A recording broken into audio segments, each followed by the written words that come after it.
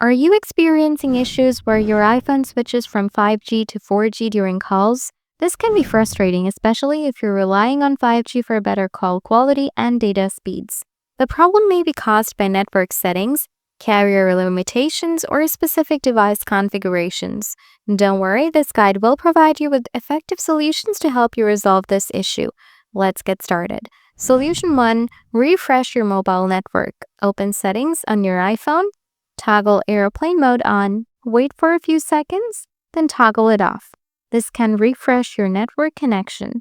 Solution 2. Enable voice and data settings. Make sure your iPhone is set to use 5G for voice and data. Open Settings on your iPhone, tap on Cellular data options, tap on voice and data, select 5G on to prioritize 5G for both voice and data. Choose only 5G, not auto. If you choose auto, then this might switch from 5G to 4G. Solution 3. Check your carrier settings. Updating your carrier settings can resolve connectivity issues. Open Settings on your iPhone, tap on General, tap on About.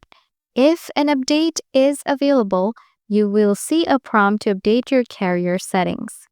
Solution 4. Reset network settings. Resetting network settings can fix misconfigurations.